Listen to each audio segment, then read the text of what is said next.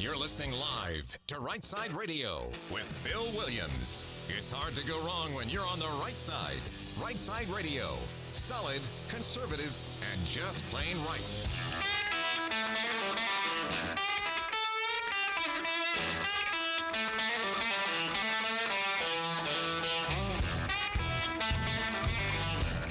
Alabama and Tennessee syndicated news talk leader, Rightside Radio. Phil Williams here live in the Rightside studios. Man, we got the local, the state, the national, covering down on all the issues. And oh yeah, like the dude just said, solid, conservative, and just plain right. Well, welcome to Friday. We got a sound effect for that one. Hit it, man. Friday! Yes, it is. And we're going to get you all the way to go home time here on Friday afternoon. And glad for joining us here on this apparently beautiful spring afternoon, because that's what it's like. I had to roll up my sleeves. It was so warm outside. It just, wow. I'm not complaining. JP's on the board. Hey, bud. You're not complaining at all, are you? No, I really You got the T-shirt on. You're good to go. I know. I appreciate not having to grab a jacket. We're actually running the air conditioning in the studio. I know. Right now. Right? Like 2 days ago, I was like, I guess I got to turn on the AC in my apartment now. Nuts. All right. Don't like the weather in Alabama, though. Wait 10 minutes. It'll change. Yeah. So it could be snowing by Sunday. All right. Hey, we got a great show laid on for you. It is Friday afternoon, as always, at 3:30 p.m. today. We take a break from politics and cultural issues, and we just spend a little time with JP on sports. So JP, who is a guru on sports matters, has his own radio show on Saturday mornings on the UMP called Off the Bench. And he's also, oh, by the way, coming up with one here on Rightside. We have a podcast coming out in the near future. Am I correct in saying this, JP? You are correct. Did I just drop the dime? There it is. The dime has been dropped. And we are calling this one? Out of right field. Out of right field. It's a clever moniker. I gotta say that was your brainchild. I can't take credit for that one. That was pretty good. I don't want to brag or anything, but every once in a while. Anyway, the bottom line is, Out of Right Field podcast coming up pretty soon. It's going to be sports and cultural commentary all wrapped together. Am I right? Yes, that's correct. Sports through a conservative lens. I like it. All right, we got a great show laid on for you today, though, too. At 3:30 p.m., besides JP on sports, we follow up at 4 o'clock with State Senator April Weaver, one of the most conservative members of the Alabama State Senate. She is going to call in. She's been the Senate sponsor successfully this week, by the way, on the What is a Woman Act and other things that are brewing. So we're going to talk to State Senator April Weaver, and then I got a triple dipper just filled up with stuff. So hit it, man. The Triple Dipper. 3 stories you've got to know. That's right, the Triple Dipper, 3 stories, 3 themes, if you will, that you got to know as we run today's show. First out the gate, have you noticed that Democrats lately seem to be on the wrong side of everything? Like, literally on the wrong side of everything. Like they cannot figure out life. Like they're trying to figure out how in the world do we even react to what's going on? We can't keep up. And so their version of handling it is just to scream. They're on the wrong side of everything right now. I got some crazy examples. It's almost like I'm doing Adventures in Woke World, but it's literally just about Democrats that are on the wrong side of everything. And we'll talk about that as number 1 on the Triple Dipper. And number 2, we are all border states. Tennessee just passed legislation. Alabama's got new legislation coming in. We've got other states that have done things at the localized level to deal with illegal immigration. Why? Because we're all border states now. And we'll talk about that as number 2 on the Triple Dipper. And then number 3, I'm just saying common sense is common again. It's like all of a sudden, we're allowed to have common sense. How amazingly refreshing is that? And not the least of which is the pushback against the transgender agenda and the idea that gender ideology is allowed everywhere. Not no mo. So we'll talk about that. Number 3 on the Triple Dipper, common sense is common again. All right, well, let me jump on over here to the Rightside Way monologue. I'll remind you guys that every single day, attorney Stan McDonald, he's a partner at the law firm of Wilmer and Lee. He is the sponsor of the Rightside Way monologue, and I'll tell you more about him in just a few minutes. And I would say this one's going to be one of my more philosophical monologues, not pointed at a thing per much as I'm pointing at a ideal. And I'll start off by saying Navy SEALs have a saying that, quote, the only easy day was yesterday. You ever heard that? The only easy day was yesterday. It means that one's behind you, but today's going to be hard, but you got through that one, so quit whining and face today. Army Rangers, I know something about that, are taught to memorize and live the Ranger Creed, which says, recognizing that I volunteered as a Ranger, fully knowing the hazards of my chosen profession. That's how it starts. It means that every Ranger knows that they are in something that comes with hazards, comes with difficulty, but they volunteered anyway. I heard once that golf legend Tiger Woods was on the driving range, and somebody commented to him they wish they could hit a drive off the tee like that, and he responded, no, you don't, because if you did, you'd be out here at 5 a.m. every morning hitting 3 buckets of balls before breakfast like I have for years. Okay, point taken. The bottom line is, if it was easy, everybody'd do it. So I saw an interesting interview not long ago. Hall of Fame quarterback Tom Brady.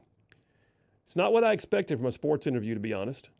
I was looking for stories of, big games he was in, favorite moments he had, and, where he played his high school ball. No. Brady had some advice on how to be successful. He said, stop blaming everybody else. The 7-time Super Bowl winning quarterback, he spoke to NFL writer Peter King for an edition of a show called Football Morning in America. And he took issue with people who throw up their hands and blame everyone and everything when things don't go their way. At one point, Brady said this. He said, quote, life is always about changing and adapting to different things. Today, the world wants to blame and shame and guilt and fear everything all the time. And he went on to say, we would never teach our kids that, He said, we would never say, this is how you're going to get through life the best. You're going to blame everyone when things don't go right. I always get my way. You should never get it your way. That's not how to live a joyful life, he said. And he's right. Joy is not all about work. Our salvation is not based in works. But I can also tell you that joy never came from complaining. You never will be saved by laziness. So today, I'm talking about doing the hard stuff, even when it's hard. It's about hard work. It's about the best stuff. It's about the most rewarding, those things that stay with you, the things that give you what you need to make it through the hard times, the things that build your character, the things that establish your bona fides. Those don't come easy. Hard work, man, if it was easy, everybody'd do it. So one of my personal business heroes is Truett Cathy. Truett Cathy, the founder of Chick-fil-A. My first real job, actually, was clocking in slinging chicken at Chick-fil-A in Parkway City Mall in Huntsville back in the 80s. Truett Cathy, wow, you talk about defying the odds. He had an idea for a restaurant that would sell chicken sandwiches at a time when nobody sold chicken sandwiches. He also said his place would not be open on Sundays. He was told nobody was going to come to a restaurant that only sold chicken sandwiches, especially not in a mall, and especially not when it was closed on Sunday. Won't work. You can't just say the customer's valued over the profits. Well, today, Chick-fil-A is the premier of fast food and a multi-billion-dollar business. And those beautiful chicken sandwiches, they're everywhere. And customer loyalty like no other. How many times have you heard them say at the amazing drive-thrus they have, my pleasure? Well, Truett Cathy said in his book, the book's called How Do You Do It, Truett, that Chick-fil-A is what it is today because of people, purpose, and product. It wasn't easy. Shoot. If it was easy, everybody would have done it. And I remember a great story, too, about my wife's grandfather. Charlene's grandfather was named Charles Stoker in Louisville, Kentucky. And I love this story. It has inspired me many times. Way back in the middle of the last century, he took all of his life savings to start a poultry supply company up in Louisville, Kentucky. He spent everything he had, apparently, on an old delivery wagon, and he bought a load of chicken he was delivering to restaurants. And during his first delivery, the car broke down in the heat of the day, and all the chicken went bad. Everything was gone. He had no idea what to do next. And so the story goes that he called his sweet wife, Charlene's grandmother, that everybody in the family called Muzz. And Muzz had been working as a telephone operator, and she told him she had a little money saved up in a coffee can at the house, and he was not done. He would take that money out of the coffee can and start over. And it wasn't easy. But he put yesterday behind him. He took the money out of Muzzy's coffee can, and he built a multi-million-dollar business called Stoker's that still exists today. And I'm telling you, if it was easy, everybody would do it. I had my own kind of Muzz like that experience. It must be in the family genes. I like to say I'm an Army Ranger because of the lovely Charlene. As a young Army officer, I had the honor of attending the U.S. Army Ranger School. For several months, I waded through swamps, climbed mountains, went without sleep, rarely ate. I lost 30 pounds. I had trench foot, frostbite. I was hospitalized at one point. 450 people tried to get into my Ranger class. 250 made it past the first few days. roughly 98, graduated. But there came a moment when I didn't want to keep going because I was told I would have to repeat the swamp phase, a do-over that meant having an agonizing second month in chest-deep cold water and misery. And right before the decision of whether to accept the chance to keep going or quit and go home, I had a rare opportunity to call home.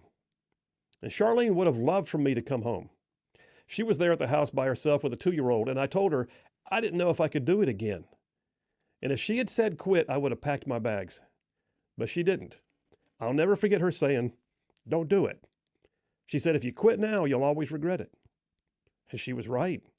And it put some steel in my spine. And I went on and I finished strong, and she's the one who pinned on my Ranger tab. It was one of the worst, best experiences of my life. 98 of us made it through. If it was easy, everybody'd do it. If it was easy, everybody would do it. I mean, truthfully, all these things I've just cited, whether they be sports figures or business or military training or whatever, I don't care what your background is. I don't care if you think it looks too hard. If it is too hard, just accept it. But too hard? Really?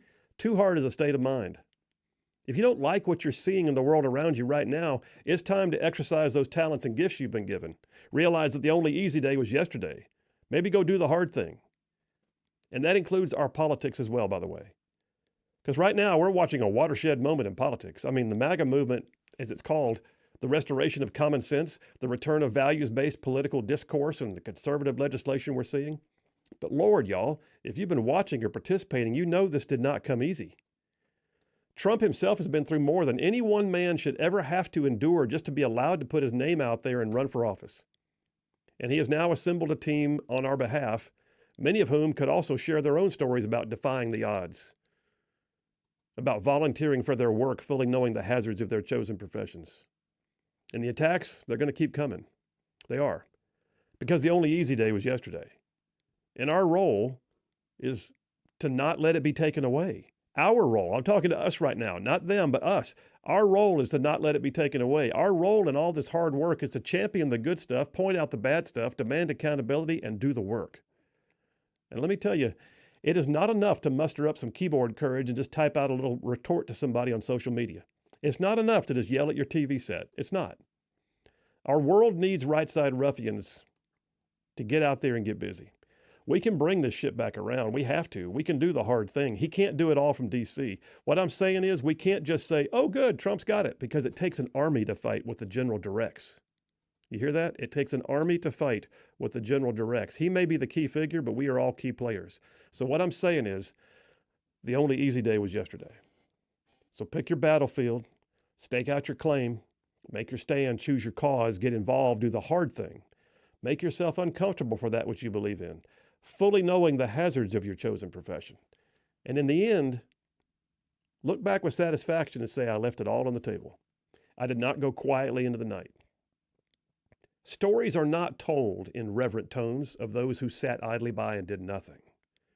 History is going to look back on this time that we're in, and they're going to note the social and political upheavals, and they're going to label the various actors as based on their actions or their inactions.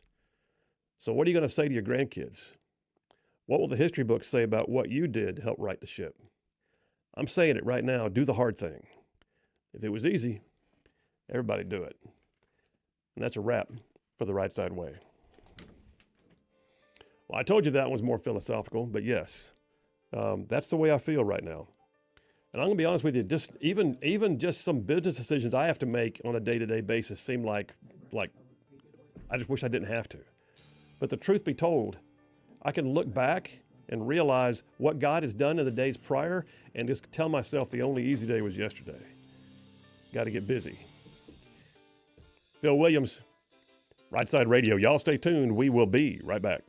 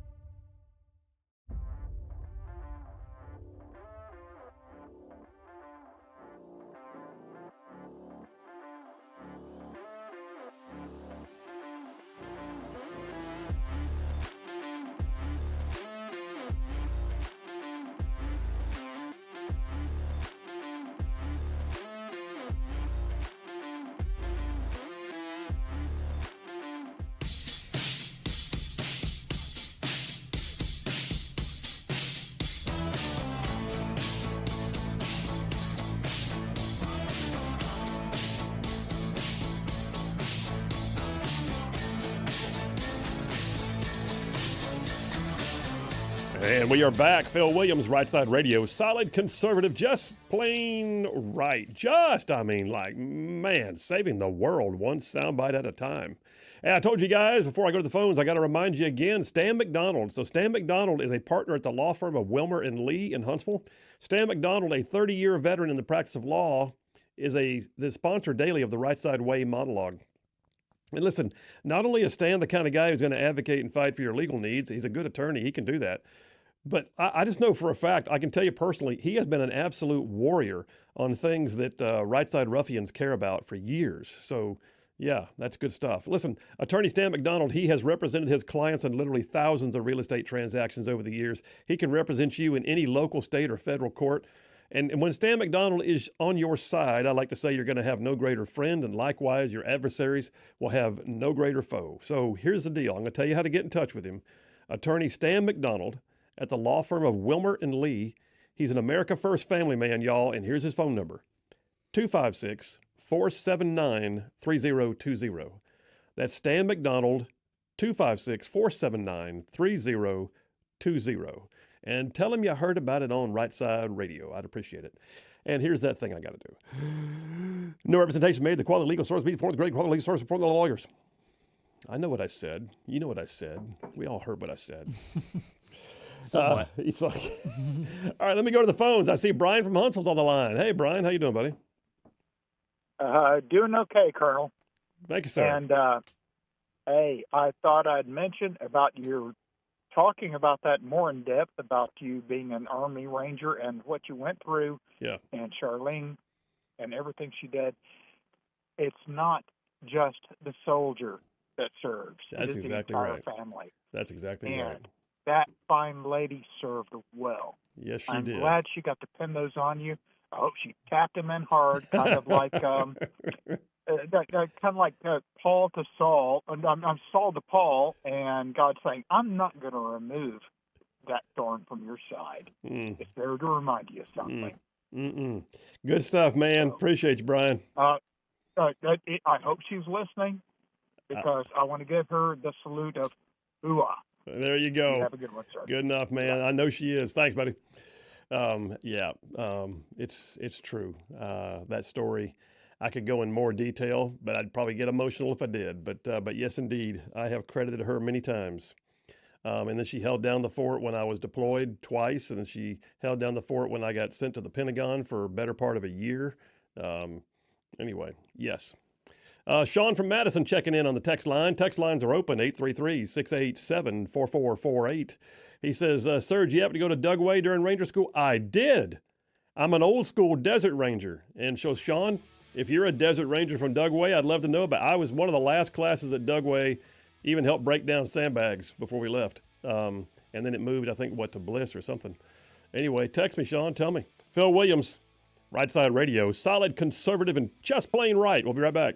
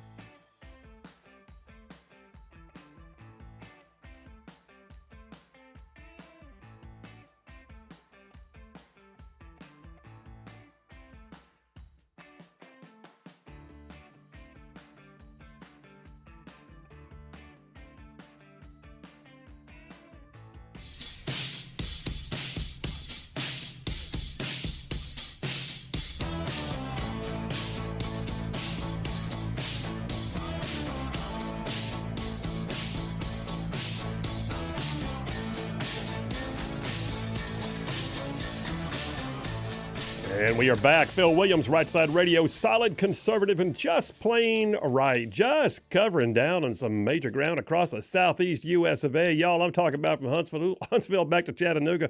I'm talking about Tuscaloosa back to Gadsden. I'm talking about, all the way down to that prettiest little town on the plains in Auburn. I mean to say there's even big old patches of Georgia and Mississippi all thrown in just for good measure. Well, I just had a holy crap moment. I just talked about Ranger School a minute ago. Sean from Madison just texted in. He says, he said, do you happen to go to Dugway? So Dugway Proving Grounds, for a period of time, that was where desert phase of Ranger School. By the way, they don't have a desert phase now. But JP, let's practice this because you need to know how this works. Uh-huh. You asked me right now, when did you go to Ranger School? When did you go to Ranger School? Back when it was hard. That's what every Ranger says. I went to Ranger School back when it was hard. I went to Ranger School back when there was actually a desert phase. There's no longer a desert phase. Where do we tend to fight most of our wars these days? In the desert. Yep. Anyway. Almost all of them. But Sean from Madison may well have been one of my Ranger instructors because he was at Dugway at the same time I was there. Doesn't mean he was actually on my patrols, but... What are the odds? By the way, I passed all my patrols, Sergeant. Thank you very much. But anyway, Sean, thanks for your service. And yeah, I have distinct memories of Desert Phase. And I also remember getting to that point where you knew that you'd made it. All you had to do was not get injured for the last few days. Anyway, good times. Penny from Athens says, have you seen this? No, Penny, I can't see this. It's a YouTube video, so... I don't know what you're sending me. What can you? I was gonna mention this. Did you see Maxine Waters leading the way? I'm looking at it right now on Twitter. Of a bunch of congressmen trying to go and do. I don't know what they were trying to do. They were trying to get into the Department of Education to do something. They're making fools of themselves, and Maxine Waters standing there being a complete bully to that staff member. Buzz Patterson, who's been on this show, tweeted out that guy, and I wish I'd thought to say this. That guy standing there with his arms crossed, just looking like he wishes he was somewhere else, and he can't believe Maxine Waters is being a complete jerk. And she's mocking him and pointing to him.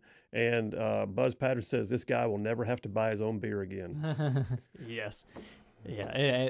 So she actually tried to dox the guy. She was trying to bully him into giving her his ID, which he showed he showed her his ID to prove, I'm security or whatever. But then she kept asking him to, hey, I forgot your name. Show me your ID again, trying to dox him pretty much. And he refused to. But yeah, it was a bunch of coping. And she reaches out, she like flicks his arm like you little boy. Mm-hmm. What's wrong with you little? I mean, it's maddening to watch these people. That's actually, I was going to talk about that as part of my first dipper. So I'll get into that here in just a minute.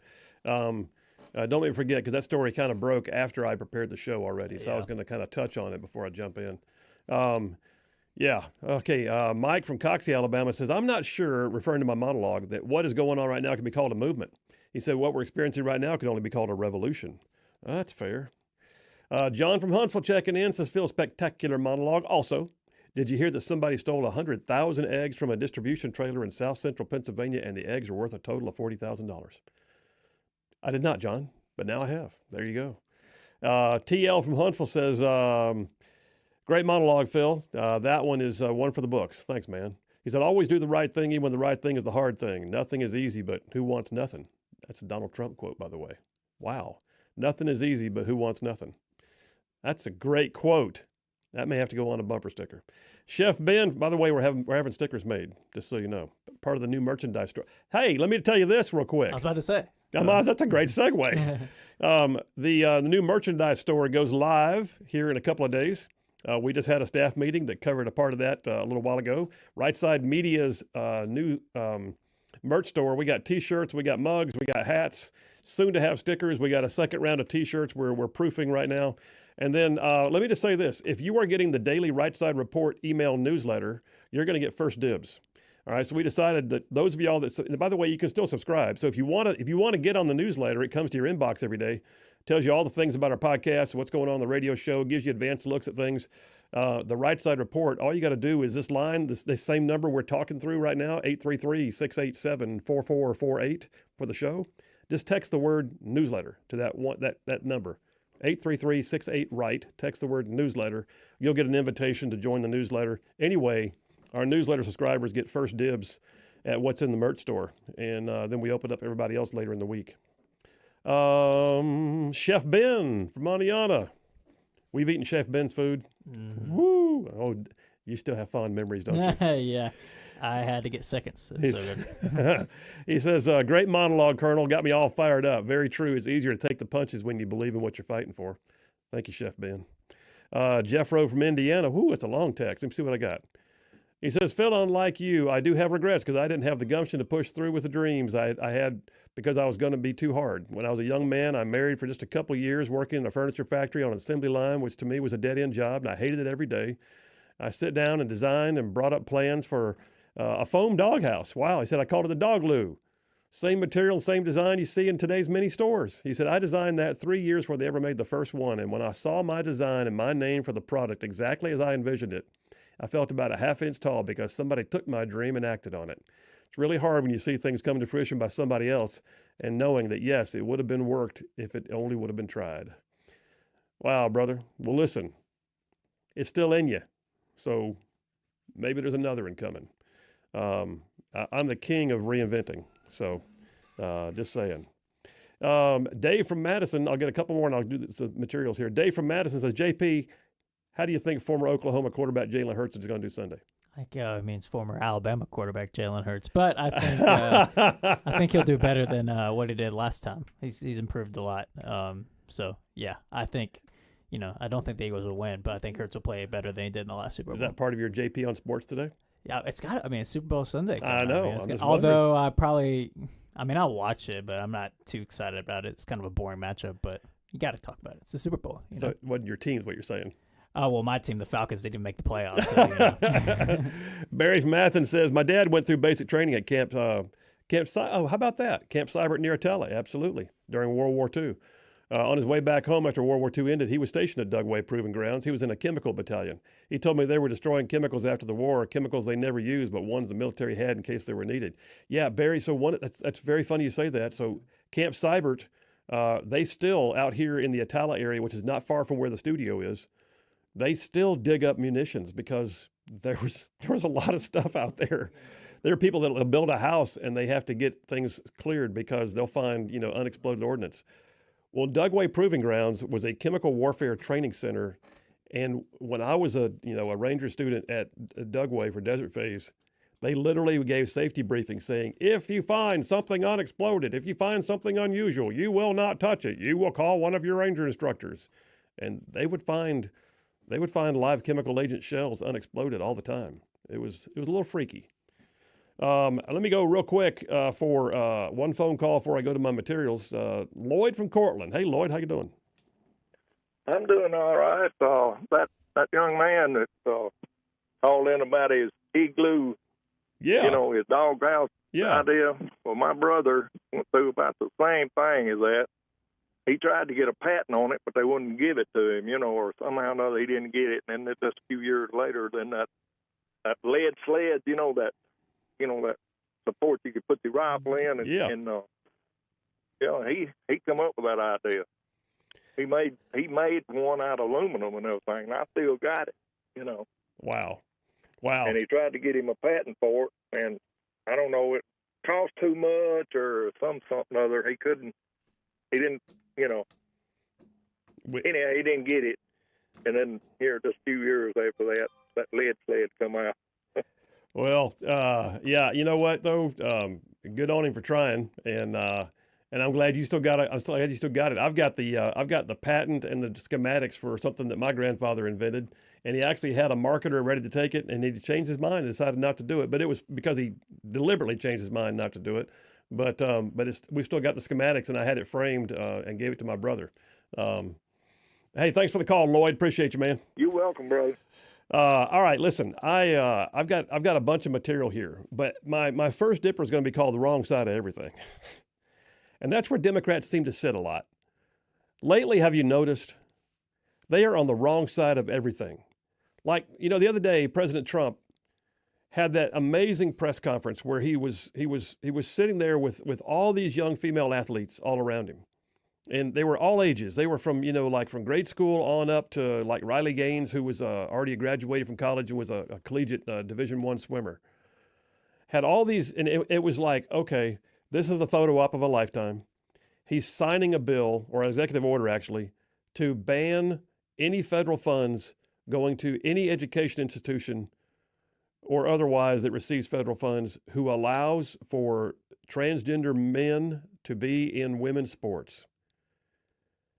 He was almost like handed that whole thing by the Democrats because they're always on the wrong side of everything. Well, right now they're watching him steal the messaging every single day, and they don't know what to do about it. And all they can do is freak out. And the decision-making going on right now in the realm of freak out is just, it's reaching epic levels. They are in a frenzy. They don't know what to do. There's a passage in Scripture when Gideon fought the Midianites. And it says that and I won't go to the whole story, but the bottom line is it was a classic case of using some of the principles of warfare like surprise and, and massing of troops. And anyway, Gideon, with a very small force, took on the Midianites in the middle of the night, freaked them out. And then there's a passage in there that says something to the effect of, and God struck the Midianites with confusion and they ran amongst themselves. And that's what Democrats are doing right now. It's like they have been struck with confusion and they are running amongst themselves. And it is a sight to behold. All right, we're going to take a break right now. I'll come right back and I'll start giving you examples. I brought receipts, man. Phil Williams, Rightside Radio. Y'all stay tuned. We will be right back.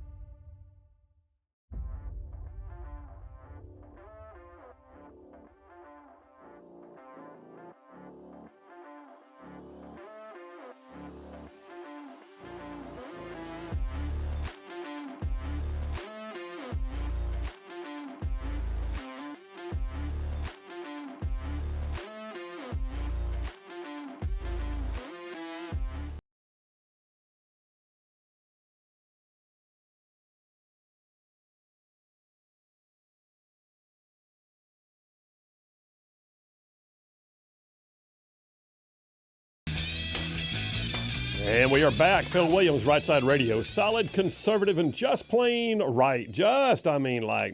Making common sense like a superpower. Hey, got to go to the phones real quick again. Bruce from Springville. Hey, man, how you doing? Doing good, Phil. It's been quite a while, but I always wanted to talk to you about the Democrats, how they're always on the wrong side of history. But all right. You think about it, it also amounts to a lot of corruption in order to be on the wrong side of history. So there's that. But one point I was going to make: have you ever heard of the Mississippi suicide? I have not. You have not. Well, back in the mid-1930s, there was a case. It was pretty near Jackson, Mississippi, but anyway, this will demonstrate, just giving a good example. There was a lady, and they had found her body. She had been shot, and the thing is, they claimed it was a suicide, and the authorities immediately did. And, of course, the judge was Democrat. Everybody was Democrat in that whole area. And the ironic thing about this suicide was she had a whole bag full of buckshot in her back. Okay, we got to get to the point, brother. Right. The point is she had wounds in the back, but they claimed it was suicide. Yeah. And ironically, her husband was a sheriff's deputy. Okay, so you get the point about the Mississippi suicide. She had a whole bag full of buckshot from a shotgun, but they claimed it was a suicide. I got that part, and how does that relate to my dipper here on the Democrats? Well, everybody was Democrats. The sheriff, the sheriff's department, the judge, everyone. They all covered it up. They claimed it was a suicide. Okay. All right, so obviously you're making that the FBI would have seen different. So you're I see what you're doing. So you're taking that analogy and you're painting it up with a bigger, broader brush for Democrats in general. Yes. Okay. All right. I didn't know where we were going. All right. Well, I use it as an example, of just how they will use corruption to cover up their misgivings. Well, I appreciate it, man, and hey, thank you for the call and the analogy. Thank you much, buddy. Appreciate you, Bruce. Listen, there is no telling how many examples we can come up with because they are prolific. But let me give you some examples of things that are happening like right now. And JP, is that, by the way, I have not had a chance to hear the audio on that Maxine Waters clip from today. Mm-hmm. Is it something we can play and you can hear the way she's acting, or is it just something that's more visual than anything? All I've seen is it without audio attached to it. You're talking about her wanting to get his ID and stuff like that? And all that kind of. It's you can. I mean, she's just asking. It's a back and forth of her demanding his ID. So bottom line is this: the Democrats right now are in freak show mode. They have no idea how to handle the fact that yesterday even CNN admitted, well, Trump's winning on everything right now. His approval rating is through the roof. The results of which are being seen daily, and even people who didn't have what I would call an enthusiasm level with him going into the election are enthused with him now. He's hitting all the marks. I recognize there's a bit of a honeymoon. There's going to come a time when things don't go perfectly. That's probably going to happen. But nonetheless, here's the deal. It is happening at such a rate right now that they are on their heels. And that's just part of the fun of it right now. I called it shock and awe yesterday. Well, it's just true. There's an inability right now, too, for the Democrats to know how to react. There's an inability for them to really even try to get it right. They're constantly in react mode. There's an old saying, and I remember hearing this when I was in law school. One of my professors, and I remember this, this professor was a Harvard Law graduate, and he's a former Marine, and he I think it was Professor Beeson, and he stood up there one day and he said something that we were all trying to grasp, and then he said, you know what? Here's the thing. When you get to court, if the facts are in your favor, you argue the facts. If the law is in your favor, you argue the law. And if nothing's in your favor, you just bang your head on the podium and do the best you can. That's where the Democrats are right now. Nothing's in their favor. They're banging their hands on the podium and just doing the best they can. Maxine Waters is a classic example today. If you did not hear it, we have a storyline right now where Maxine Waters led a group of, well, how many? Like 20 lawmakers over to Congress and made a huge, not Congress, over to the Department of Education and made a huge scene demanding entry to the building, demanding to see the acting Secretary of Education because, Trump's hasn't been confirmed yet. Demanding this and demanding that. And one staffer came out and said, no, you're not coming in. Because it was obvious they wanted to create a scene. They were there for theatrics. They don't have anything going in their favor. So they're banging their hands on the podium and doing the best they can. And I got news. The best they can ain't that best. You know what I'm saying? And so is that audio worth hearing right now? Is it have you got it ready? I got a clip ready of her demanding his ID, yeah. I'll tell you what, without me having screened it at all, I'll go ahead and play it. Look them in the eye. Come on, hold your face up. Look at him. Let him see you. This is him. Look at it. What's your name? Tell us your name. Give me that ID again. Giving you the ID, I showed it to you. So what? I showed you the ID. You do what? I showed you the ID. Could you let me see the ID again? Huh? No. No? Will someone else ask him for the ID? Will you ask him for it? He won't let me see it again. You didn't see it. You didn't see it. They didn't see it. These are members of Congress. By the way, Maxine Waters, you have so outlived your usefulness. I mean, I don't know what purpose she actually serves. And the people of her district are so underrepresented right now in Congress. But she's an absolute rabble-rouser. There is no virtue in what she does. Try to point out to me what meaningful pieces of legislation she's had passed. Tell me what she's done to benefit people. Where is her statesmanlike opinion? What she's known for is crap like this because she does not know how to handle things, and all she can do is bang on the podium and do the best she can, which ain't that great. I got some incredible examples that I'll give you in more detail. Phil Williams, Rightside Radio. Y'all stay tuned. We will be right back.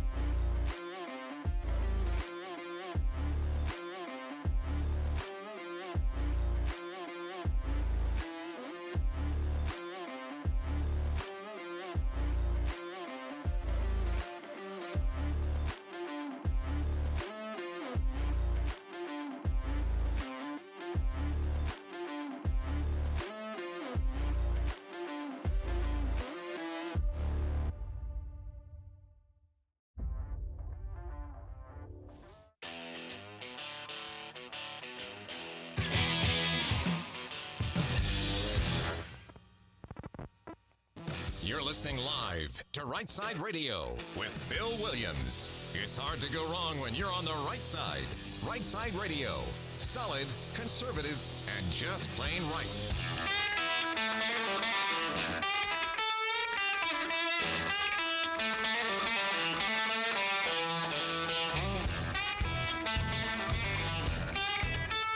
Alabama and Tennessee's syndicated news talk leader, Rightside Radio, Phil Williams, here live in the Rightside studios, man. We got the local, the state, the national, sometimes the international, and oh yeah, like the dude just said, solid, conservative, and just plain right. Well, welcome to hour number 2 on a Friday afternoon, and we're glad you're with us. So I'm in this first dipper. I'm calling it the wrong side of everything. Democrats seem to be somehow or another always on the wrong side of everything. Now they'll try to disagree with that. Right now they can't disagree because public sentiment is not in their favor.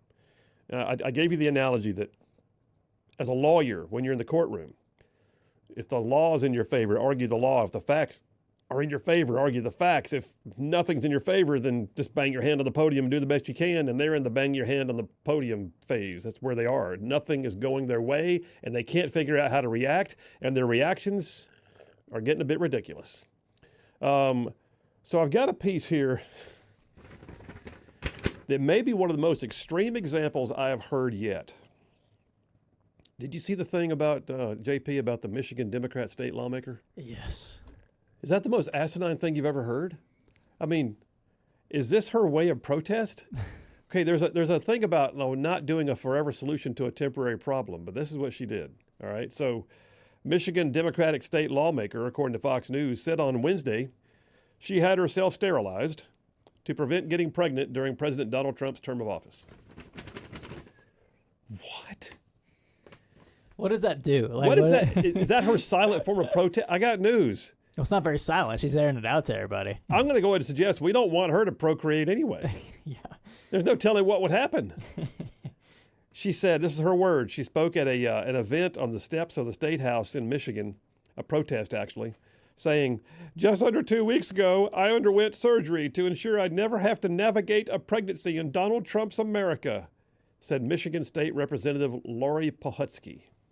I refuse to let my body be treated as currency by an administration that only sees value in my ability to procreate. What is she talking about? So this woman is so fixated on the idea of abortion that she felt like that the only thing she could do in a Trump America is to have herself sterilized. Seems like she wanted to. I don't want to speak for her, but it seems like this is something she was going to do one way or another, and she's just using it as a. Trump is mean. But does she not? I mean, at some point you look at it and go, it's kind of like Maxine Waters. Do you not hear yourself, lady? They have no self-awareness. No. That's thank you. There's a term I didn't think I could grasp. There you go. Right. Self-awareness. That's exactly what we're missing here. They're on the wrong side of everything. By the way, that woman who sterilized herself was widely mocked online after news of the decision broke, according to Fox. Bill Ackman, billionaire hedge fund manager, says, well, natural selection. Maybe Darwin was right. Well, I don't know if you saw this one too, but a young Democrat influencer is going on a hunger strike, and I don't mean to be mean, but she was kind of overweight to begin with. But some people have been taking it with Trump's already making America healthy again, having people go on hunger strikes. Is she the one who said, I've lost 50 pounds since Yes. Trump took office? Yes. And you look at her and go, he's been in office for less than 2, and you've lost 50 pounds? But her reasoning for it was, I can't afford to eat in Trump's America. It's okay. Sure. That's sure.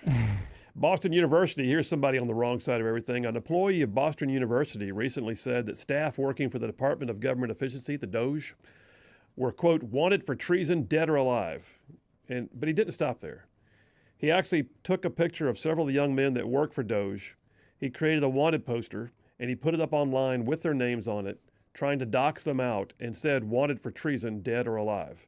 The reaction was, as you may expect, was that this is somebody calling for death to people because they're trying to save the taxpayers' money.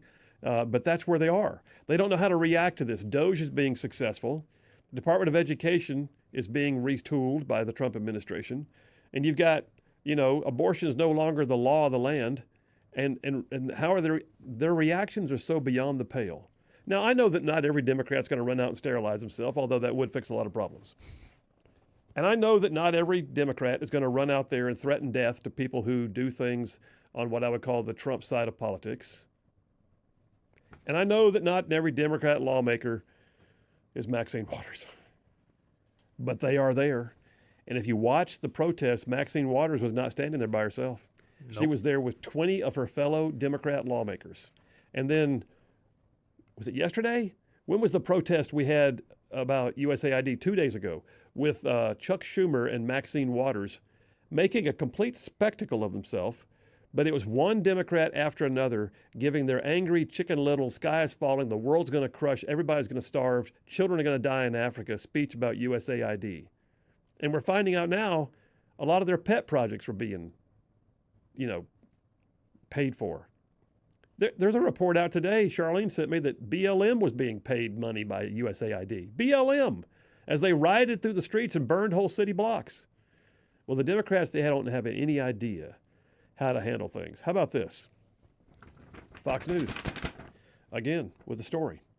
So right now, in something that we'll cover in more detail in a later segment if we can get to it, about border states, you've got Illinois Governor J.B. Pritzker and Chicago Mayor Brandon Johnson both claiming that their state and local laws are going to be designed to interfere with and discriminate against the federal government's enforcement of federal immigration law.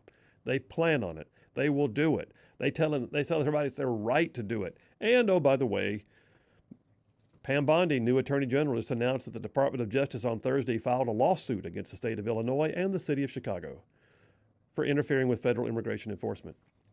If you talk to their people, I guarantee you, you're not going to find the majority of Chicago citizens who are like, this is awesome. You're not. You're not going to find the majority of Illinois citizens who are going to go, thank you, Governor. You're not. It's a complete waste of taxpayer dollars to have to defend against a lawsuit that was not necessary. But they're on the wrong side of everything. While we're on the wrong side of everything,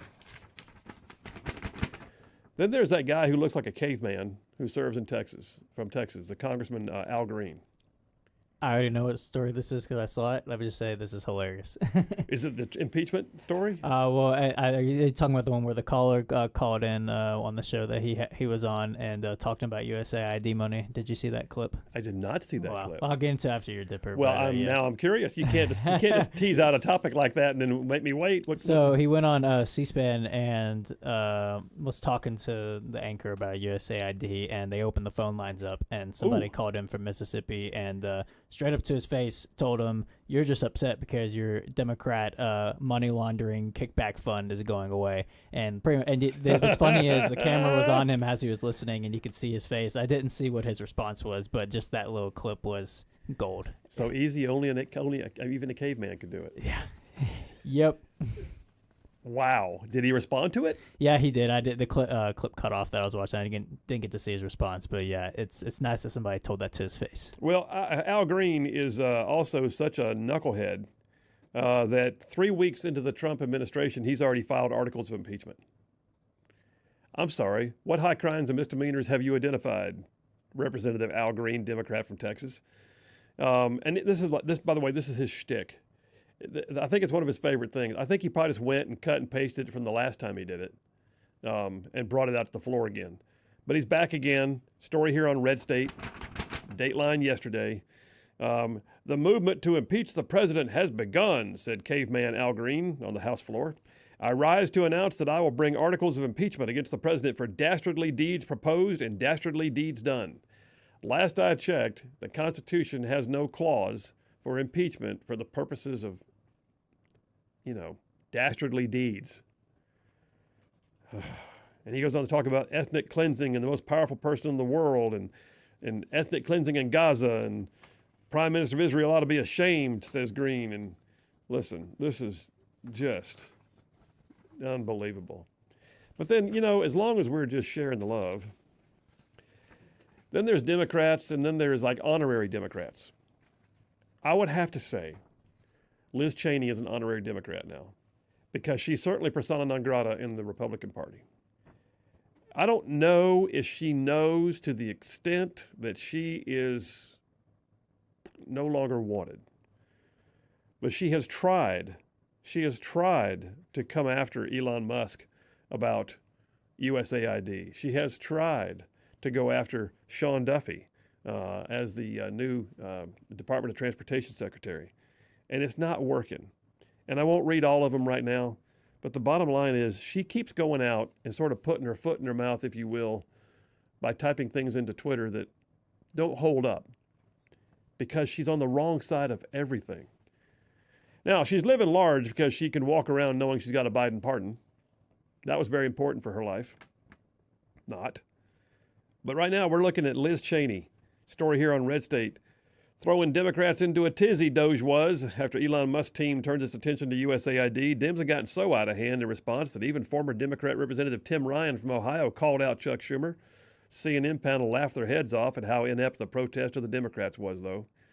And then in all of it all, Liz Cheney got triggered. And her response was bizarre. She triggered out when Elon Musk responded interesting to some things and said, "Darn right, Elon," which, by the way, is not his handle, at Elon. His handle is at Elon Musk. "I'm proud of what America did to win the Cold War, defeat Soviet communism, defend democracy. Our nation stood for freedom. You may be unfamiliar with that part of history since you weren't even yet an American citizen." So that's what we do. We attack people. I'm not sure how that tweet was even responsive to what was going on, but she got roasted for it because she stays on the wrong side of everything. She can't even roast right. She didn't even tag his right account. No, she didn't tag his right account, and she then attacked his citizenship, and then she didn't bother saying whether he was right or not, and she could care less, the so-called former Republican, about whether or not he's finding waste, fraud, and abuse. They can't do anything right. Last one I'll say is, I think the FCC is going to be looking into George Soros. If you haven't heard, there's a story out. There's a company called Odyssey, Audacy. They own a chain of radio stations. George Soros' organization bought out almost 200 radio stations, many of which are in Florida. They did so with the purpose of trying to seize the messaging because they know that talk radio, like Rightside, talk radio still reaches a ton of people. And so they're trying to seize the messaging. Well, we just got word that the FCC is relooking at how that approval came through for the 200 Odyssey radio stations that were bought like with quick approval. But now we've also learned that the FCC has sent a formal letter of inquiry to one of his stations because it appears that that station was announcing over the airwaves where ICE agents were about to conduct raids trying to warn people to get away. Literally interfering with, or for that matter, setting up. You know what that does too? It's not just a matter of helping the bad guys. It's putting the police at risk. It's like saying, hey, there's a raid about to happen. If you want to ambush some guys, here they are. And talk about being on the wrong side of everything. FCC is now investigating, and KCBS may be losing its license to broadcast. They don't think things through. That's what happens when you're in desperation mode, when all you can do is bang your hand on the podium because nothing's in your favor, and all you do is react. Then the truth is you're never making wise decisions. So the lady who chose to sterilize herself, Al Green, who's calling for impeachment 3 weeks into the term, Maxine Waters, who's trying to belittle just a good, solid dude government worker who's trying to do his job and keep the door locked. And then you've got the FCC with investigations into a radio station, and Liz Cheney, who can't even bother getting someone's handle right on Twitter. Every single one of them is in a position right now where they're on the wrong side of everything, and they know it, and all they can do is freak out. And like Gideon with the Midianites, God struck the Midianites with a confusion, and they ran amongst themselves. All right, we're taking a break right now. We're going to come right back. I'll get some text messages. Coming up bottom of the hour, we go to take a break from politics and culture and get a little JP on sports. Phil Williams, Rightside Radio. Y'all stay tuned. We will be right back.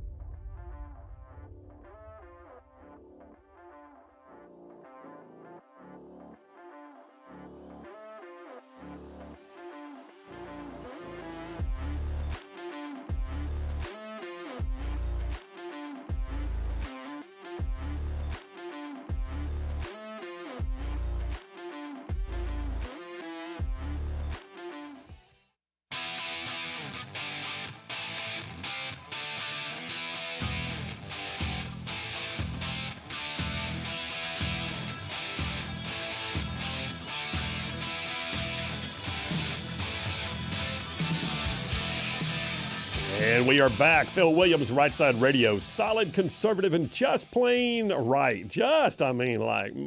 Man, saving the world one soundbite at a time.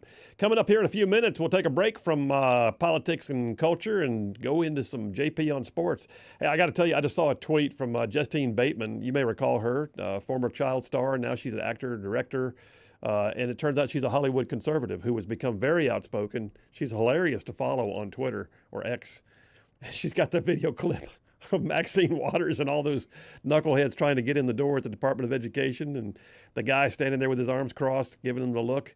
It says this scene is right out of some 1980s nightclub experience where a bunch of people try to convince the doorman to let them in. Oh my gosh. Anyway, she goes, I don't know about. She goes, I don't know. Dress like you want a party and sleep in my Benjamin. See what happens. What'd you say? You said you had something you wanted to point out. So the USAID building in D.C. Yeah. Signs are being taken down. Whoa. Tape is being put over the name of on the sign. And it says Trump announced that this building will now be taken over by U.S. Border Control. So not only are the priorities, not only the USAID building in DC being shut down, but it's being replaced with something much more important: Good U.S. Lord. Customs and Border Protection. Good Lord! But yeah, there's tons of people out there videoing them taking down the letters on the sign and putting black tape over other pieces that say it. It's symbolic. Yeah. Wow. Brian from Decatur checked in on the text lines. He says, sterilizing yourself in protest for abortion rights is the same as swallowing a bullet protesting supposed assault rifles. He said, LOL. Thank God these people are resolving the issues for us. No doubt. Chris from Starrett, Alabama says, can they prosecute that individual for putting out a hit on Doge employees? Well, yes, they can. And in fact, if he had been a Republican, the FBI would have already knocked on his door about a year ago. So I'm not sure what's going to happen, but the funny thing was, though, he works for a major university, and the university sort of did the tap dance like, well, he doesn't speak for us. Well, how about you do something about it? If I found out if one of my employees is making death threats to people, there would pretty much be an end to their employment. Just saying. Wanda from Somerville says, dastardly deeds and they're done dirt cheap. Quick, call AC/DC. That does have that ring, doesn't it? Now I'm going to be having that song run through my head the rest of the afternoon. John, the Navy corpsman, says, my oldest son is on his way back to Virginia after completing his first sergeant school in Montgomery. Outstanding. He said he's a few minutes away from stopping at Buc-ee's in Leeds. Not bad for a squid hospital corpsman.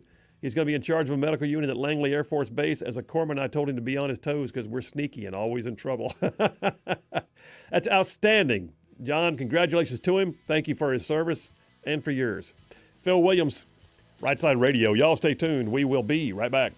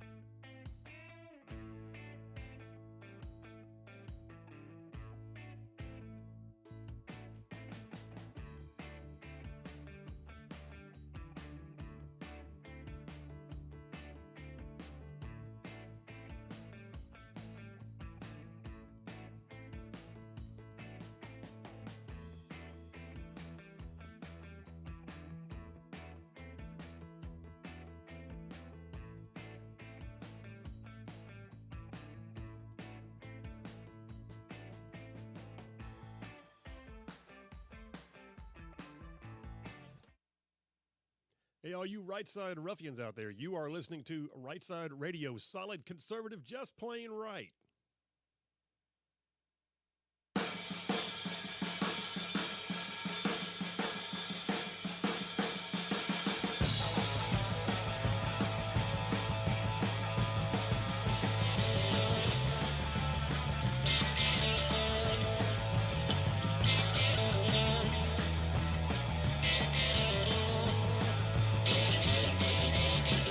And we are back. Phil Williams, Rightside Radio, solid conservative and just plain right. Just covering down on some major ground across the southeast U.S. of A. Y'all, I am talking about from Huntsville back over to Chattanooga. I'm talking about from Tuscaloosa back over to Gadsden. I'm talking about the prettiest little town down yonder on the plains. And I even mean there's big old patches of Georgia and Mississippi thrown in just for good measure.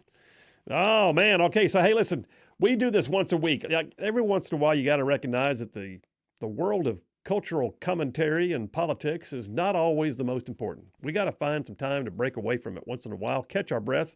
And one of the ways we do that around here is we go with a round of what we like to call JP on Sports. So JP, in case you did not know, is a sports guru. He's an aficionado. He knows stuff. And he's got his own radio show on Saturday mornings from 9 to 11 on the UMP out of Huntsville. And so I would encourage you to check it out. In the meantime, on Fridays, we do a thing we call JP on Sports. JP on Sports. All right, so we run this thing in two rounds. The first one we call the 3 and Out. He gives us the top 3 stories he thinks are out there in the world of sports, and it can be anything. And then we come back after the break, and he does the 2-minute warnings, where he has 2 minutes on any and everything sports he can think of. JP, I can imagine what a few of the topics are, but 3 and Out, ready to go. Well, we talked about it last week too, but Super Bowl Sunday is this upcoming weekend between the Chiefs and the Eagles. The Chiefs looking to three-peat, which I think 98% of the people watching don't want them to. The 2% being Chiefs fans that are still out there somewhere. But yeah, it looks like in my opinion, the Chiefs are about to three-peat. But the Eagles, I mean, this is a rematch of the Super Bowl the year before last, and it was decently close. But I think Jalen Hurts has gotten a lot better since that Super Bowl as well. He's had more time to mature and get some more experience under his belt.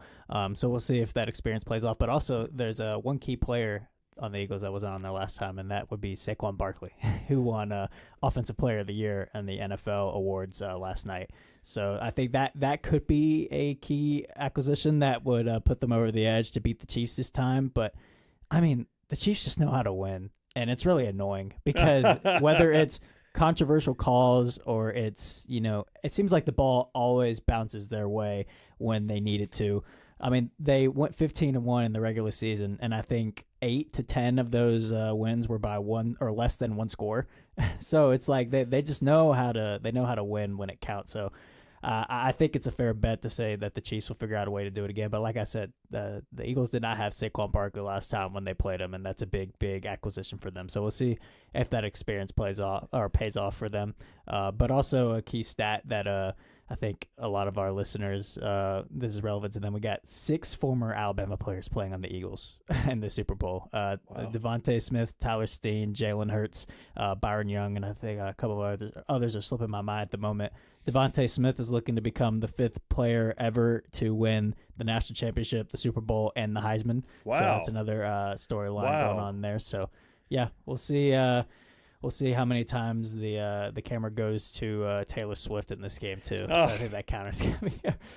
Trump will be there as well, though. So we'll see how many times he gets. Is Taylor Swift gonna have a chance to like buddy up to Donald Trump and ask forgiveness and all that? I do not see that happening. I don't think Trump would even want to be in the same booth as her. So did her boyfriend Kelsey? Did he support her in her support of Kamala Harris? Do you know?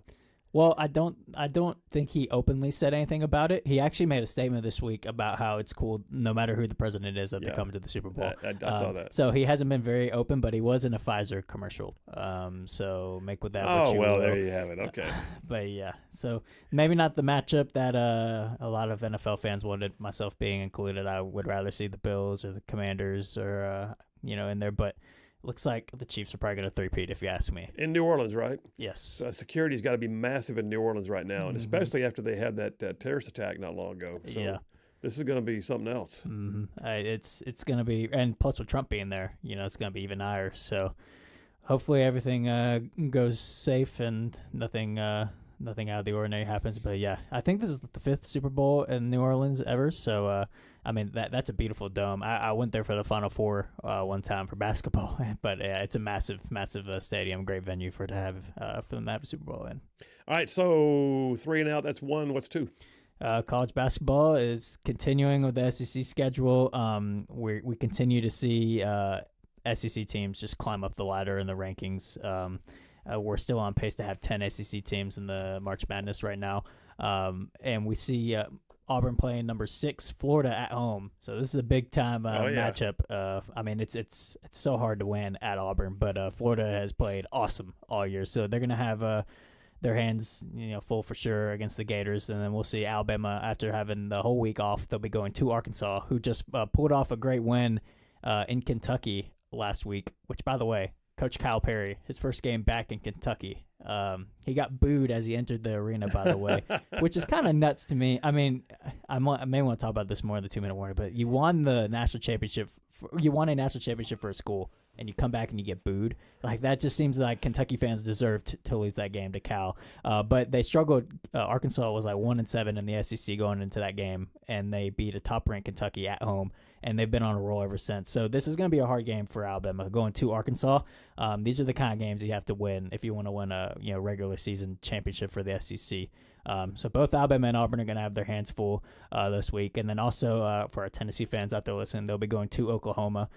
So not a great SEC team in terms of their record in the conference, Oklahoma, but it being at Oklahoma, it's never easy to win on the road in the SEC. So those are some of the top SEC matchups for this week, and we'll see. So I believe, next weekend we got the IBOB round 1 of Alabama and Auburn. So what's it cost to get tickets to that? You told us one time. So last time I checked, the Iron Bowl of basketball. Yeah, the cheapest I see right now are like $350, which isn't horrible. Because Alabama's got kind of a bigger airplane hangar kind of arena, the game in Auburn will probably be closer to 1,000. It's going to be up there. But fingers crossed, if Alabama and Auburn both win their games, we'll have the first top 5 IBOB ever for basketball. So that'd be pretty cool. And if Duke loses, we could have 1 versus 2. Alabama and Auburn. Did you see, by the way, this is a bit of an aside, but did you see the clip of Coach Pearl, Bruce Pearl from Auburn? With the Jewish students. I did, yeah. That was pretty epic, I thought. Listen, I know I've told you this. As an Alabama fan, like, obviously I can't stand Bruce Pearl. However, it's hard not to like him because he's so outspoken on politics, and he's always right, and I got to admire how brave he is to be as outspoken, not only just with politics and, like, Republican politics, but being a Jewish man and being so outspoken towards, the war in Gaza and, trying to protect Israel. It seems like the entire nation has turned anti-Semitic a little bit almost. So I got to give him props for being brave and putting his beliefs out there no matter the backlash he gets. And who knows, maybe we'll see Bruce Pearl after his career pull a Tommy Tuberville and run for office or something. It'd be hard. I would vote for him. I think he'd be awesome. Or become ambassador to Israel. Who knows? It's something, yeah. All right, that's 3 and out. That's 2. What you got? What's 3? Well, I think this deserved a whole 3 and out topic of its own of Trump's executive order this week, banning transgenders from female sports nationwide. It's been long overdue, but also kind of sad and embarrassing that he needs to do that. Yeah. But nonetheless, we saw the NCAA, apparently they're going to take a review or look over it to try to align with, I don't even know what that means. He signed the executive order. They don't either. It seems pretty easy to ban dudes from girls' sports, but at least they're somewhat backtracking, it looks like, and trying to cover their tracks and align with what Trump just did. But yeah, like I said, it's long overdue, and we're starting to see stories like we did. What was the volleyball team? San Jose State had a male on their team. We saw so many teams forfeit for their own safety. We also saw stuff like in the Olympics, which isn't NCAA, but still it's kind of sets a precedent that the gold medal winner for women's boxing was a dude. and they tried to say that he was not, but then it came out later that he was. So, Trump signing that executive order, like I said, it's long overdue, and hopefully it will set a precedent for not only college sports, but high school sports that we see this in. Sports everywhere to protect young girls and their safeties. I have a sister who's playing college basketball, and I do not want her going up against a dude, who claims to be a girl, because the injury risk is so high in that factor. So I'm very glad, and also him signing the executive order with all the young girl athletes around him, that almost made me tear up a little bit, because it's beautiful. It's something that needed to be done a long time ago. But yeah, we'll see if the NCAA can do something more convincing and make a statement other than we're going to look over this and try to align with it. Yeah, how about you be a leader? Yeah. Wouldn't that be amazing? NCAA, since you're like the premier agency for athletics and college level, multi-billion-dollar institution. Yeah. But it's at least we're starting to see some people and organizations backtrack from their word salads that they were giving before about why they can't do anything about it. Hopefully, this executive order puts an end to that, and they're forced to do something about it. So, listen. Your sister is extremely competitive. Yep. And I'm pretty sure I'd be more worried about any guy that got on the court with her. Yeah.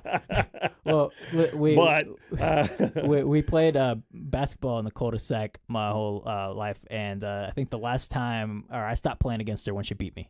So when she beat me, I was like, all right, we're done. Wait. What year was that? I think she was about a freshman in high school. For 8th grade, freshman in high school was when she, But yeah, I agree.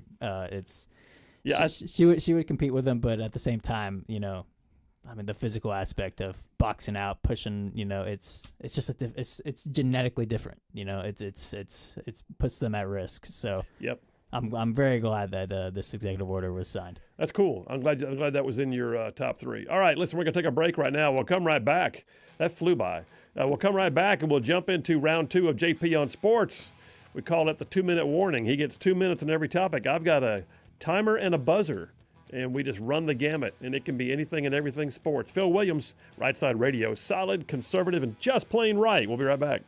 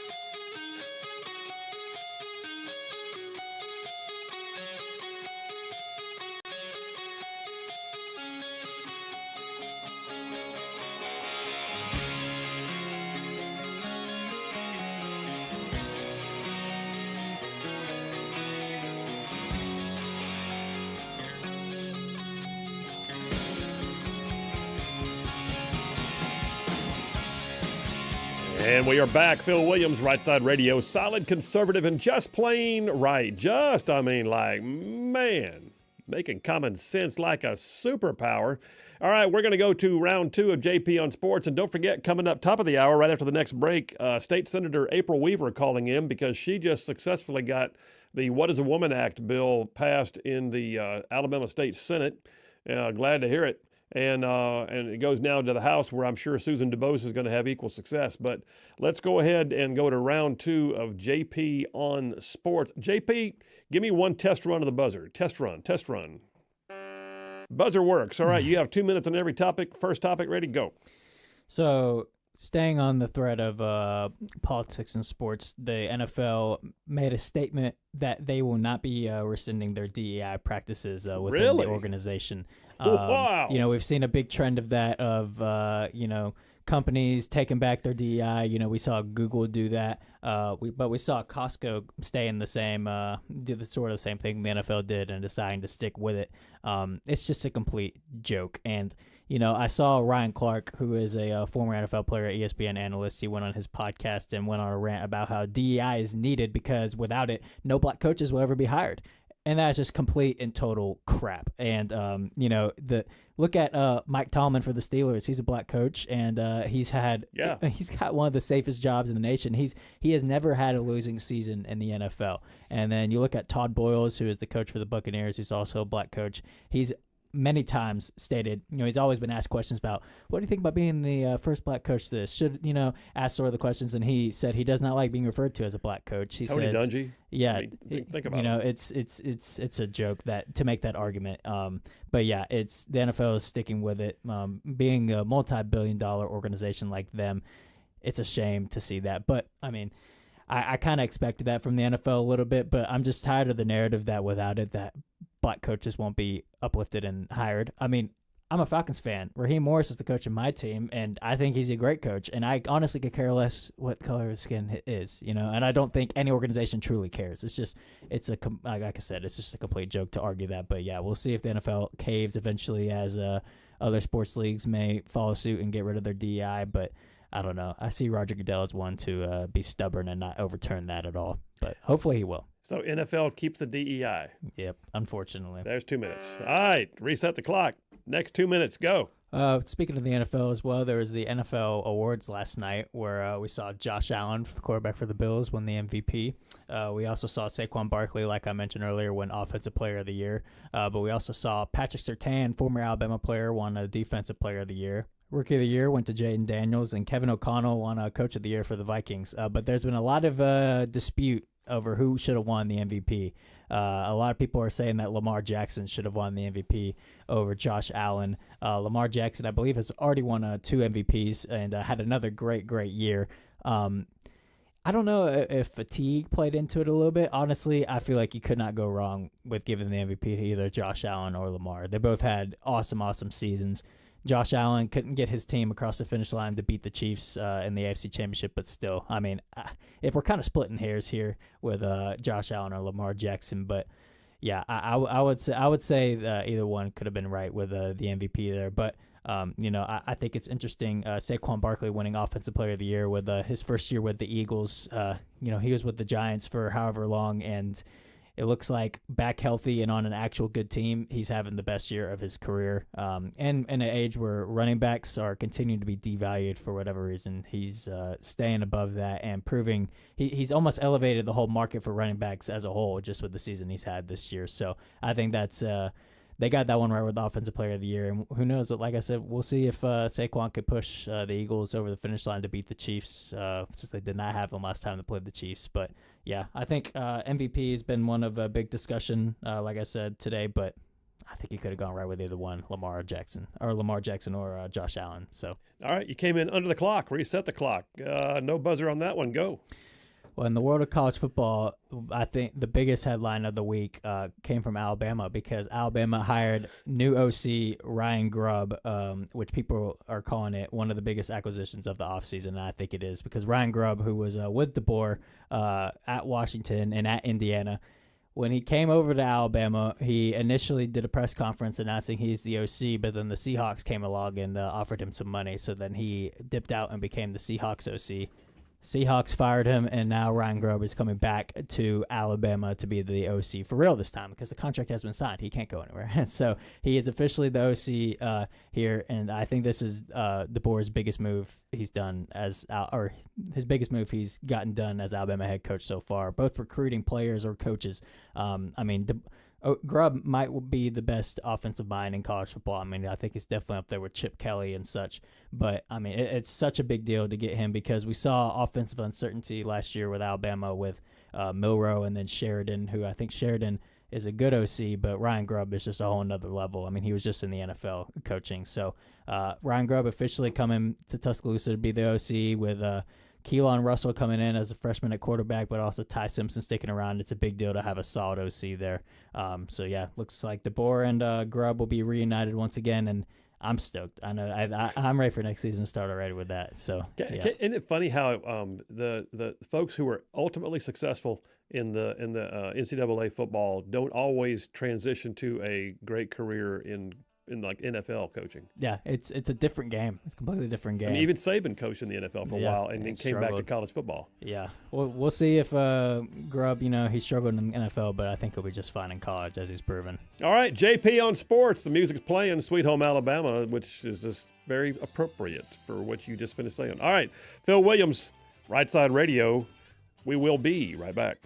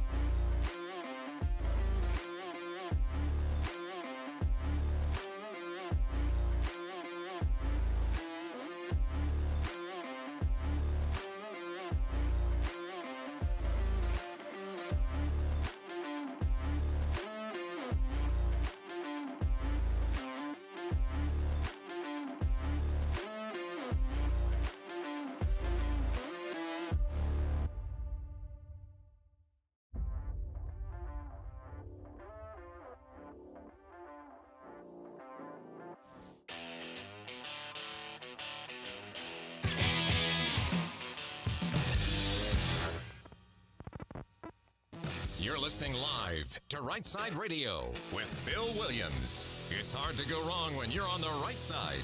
Rightside Radio. Solid, conservative, and just plain right.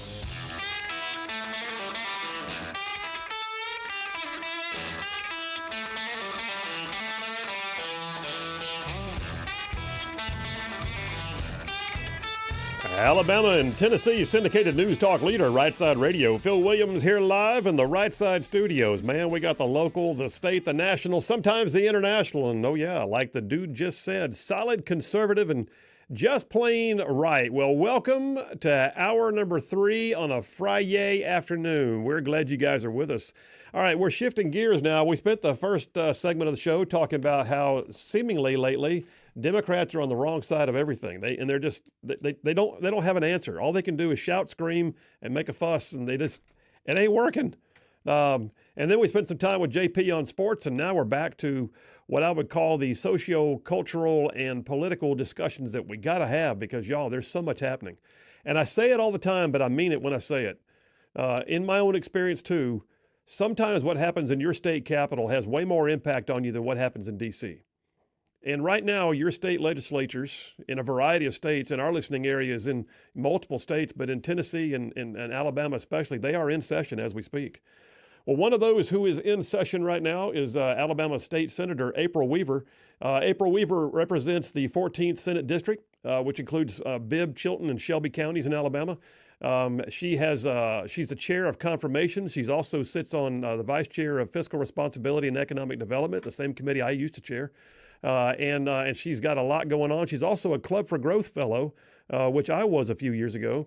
And she's on the phone right now. State Senator April Weaver, how you doing? I am doing great, Phil. How are you? I'm good. Thanks for making time for us. Hey, thanks for having me today. I haven't talked to you in a while. It's great to connect again. It has been a while. And yeah, I didn't say it, but April and I actually served in the legislature. She was in the House at the time. She came up to the Senate in, 2021, I believe. Is that right? I did. After I left the House, after I received the opportunity to work for the first Trump administration. That's right. I was the regional director for the U.S. Department of Health and Human Services under President Trump's first administration. And, of course, I was a presidential appointee. So after that election, I came back home. And about the time that I came home, your former colleague, State Senator Cam Ward, had received the appointment to be Director of Pardons and Parole for Governor Ivey.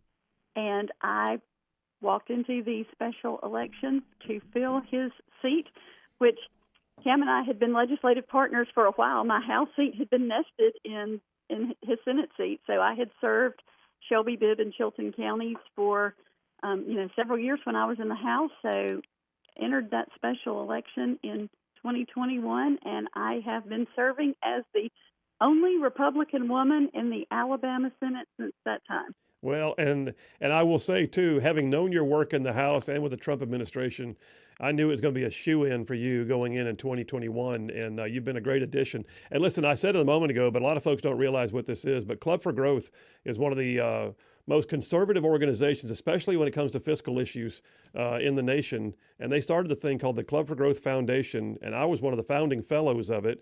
And you're now a fellow, too. Am I correct? I am. I've entered this one-year program, and we've had our first call in January. Have another one coming up next week, and really good stuff the first month. I can't wait to hear about your experience, because when I got the notice that I had been chosen as a fellow, I was extremely excited. But I looked at the people that had been through from Alabama as fellows, and so it's really exciting to me to follow in footsteps of conservatives, especially conservatives like you. Well, I appreciate it. And listen, you're going to have a great time with that. It's a great experience. Hey, let me jump on some legislation. You've been very successful here lately with a bill that, I'll be honest with you, I'm wondering why it took this long. But you got that thing through in the first week of the session, which a lot of folks don't realize that's like blistering speed, because usually the first week of the session is hey, how are you? What are you doing? Let's all hang out kind of week. And not this week. You got busy. And so I think it's Senate Bill 79, the What is a Woman Act, basically. Tell us about it and where it's going next. So you are exactly right about the speed of the legislature this week. We had a 3-day week, and you know how those 3-day weeks can go, because usually you have session days on Tuesday and Thursday with committee day in between. But we were in 3-day week this time, so we really hit the ground running. And, we didn't waste any time. I really am so excited because I feel like we have a new conservative fire raging through not only the Senate but the legislature. So it's been really exciting to me this week. I was laughing when I was walking to my office yesterday, and I said, I can't believe we've been here 3 days. I feel like we've been here 8 weeks. But yeah. It was a crazy week. We had lots of conservative bills in committee on Wednesday, had a lot on the floor yesterday, and really, really excited that this What is a Woman Act was able to get on the calendar yesterday. And, the second one up, Susan Dubose and I had worked on this last year, and Susan got her version up to me last year, and it stalled in the Senate on the very last day. You know how that is. Even if you have some good bills, sometimes they get caught in the shuffle of things that tie up the floor. So we were disappointed that we were not able to pass it last year. But this year, it was on fire. I was able to work with Senator Elliott to get it on committee on Wednesday. It was an interesting day in the State House. You remember the days when there are lots of protesters there? Oh, yeah. There were two very large protests in Montgomery that day, and I think one of them was about equality, and the other one was an LGBTQ parade that started and came down. Dexter started at the Capitol, ended at the State House, and then I think both the parades came into the committee meeting on Wednesday, so there was lots of discussion, so much that everybody couldn't fit in the committee rooms, but was able to get it on the floor yesterday. Very, very long day of filibustering with the Democrats, but in the end we were successful, and it's on its way to the House. It's on the House committee 11 o'clock Tuesday morning, and we are really, really excited. And as you heard in the governor's State of the State address, she has it as one of her priorities this year. So we're going to get it through the House and get it over there for her to sign really quickly. Well, and I saw where, and I can't tell you how many of these I had to endure, but I saw where Democrats filibustered. Senator Roger Smitherman, Democrat from Birmingham, who is Roger and I got along great, but it was almost like I could predict what he was going to say every time he went to the microphone. And he literally compared this to Jim Crow laws and said that it was going to create legal discrimination against transgender people. But if you wouldn't mind, the bill, my understanding is the bill literally says in Alabama, we recognize male and female from biological birth, period. We're not doing this gender fluid thing. We're not letting people identify, and we're requiring that public spaces literally say you're not going to have multi-occupancy restrooms and transitional changing rooms and all of it, right? So you are correct, and that is exactly what this legislation said. It provided very precise definitions of the words man, woman, male, female, boy, girl, mother, and father. And, what I kept saying yesterday was, this is common sense, guys. This is the simplest and easiest to understand bill that you will ever consider during this entire session. Yeah. I kept saying, these definitions are rooted in proven fact. There is indisputable biology. And everybody was like, oh, why do we need this? And the answer is because we need this in law to codify it, to discuss, it's based on biology rather than some trendy and dangerous social theory. Yeah. So, and even in the filibusters, I kept saying, well, I challenge you to make the case that any of these definitions that we have listed in this bill are in any way inaccurate. I never got one person that said that they were not. Sure. And I just kept saying it. And my talking points were really easy. It was hours worth of filibuster, and, they accused me of discrimination and being bad to people and, just all the things that we usually get accused of.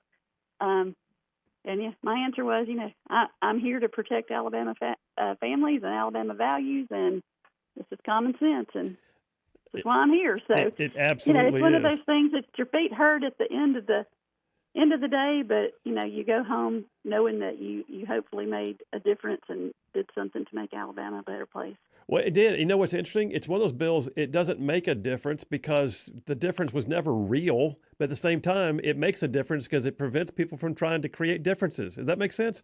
I mean, it's just maddening that we even had to do this, but I applaud you for getting it done. It's just the fact that we're here right now is almost surreal in a sense. And it's really crazy that the world has come to the place where it is right now. One of the quotes that, you talk for hours and you never know which line of what you say is going to be used on the news. Yeah. And it's really funny because the point where I just got really frustrated, I finally said, hey, dressing like an astronaut does not make you an astronaut, and dressing like a pirate does not make you a pirate. So dressing like a man or woman doesn't make you one if you weren't born that way. And, of course, that was exactly the comment that got on all some mostly liberal news stations last night of, hey, just because you dress like a pirate doesn't mean you're a pirate. So I stand by that, and I believe if you dress like a man or a woman and you're not one, that doesn't make you one either. I'm with you, sister. Listen, that's just, and you're right, it's common sense. In fact, I think I may have told you earlier when we were arranging for you to be on the show that I named this segment of the show Common Sense is Common Again. And it's almost as if we're being allowed to say this stuff now. Because there was a period, and we got a couple of minutes left here, but there was a period we've just kind of been through where you felt like if you labeled things common sense, you were going to get doxxed, you were going to get hollered at, you were going to get deplatformed. And how dare we? But the reality is, all we're doing is speaking truth, but we're codifying truth into Alabama law. It's exactly right. And I will tell you, and you've been there, you came in 2010 when I came in downstairs in the House. And do you remember that conservative fire that we all felt when we came in 2010? Yeah. I will tell you, over the years in the legislature, I kind of feel like that's kind of dwindled a little bit. Yes, I do. But yesterday in the Alabama Senate, when we got finished, I was so excited, and I told them, I was like, I feel like I need to go get my pom-poms, because today on the Senate floor, I felt the same fire that I felt when we had the Storming the State House group in 2010. And I tell you, it's just an exciting time for me. I looked around, and on the Senate floor, the only person that was left that came in the 2010 group now is Donnie Chastain, who was downstairs with me. Yeah.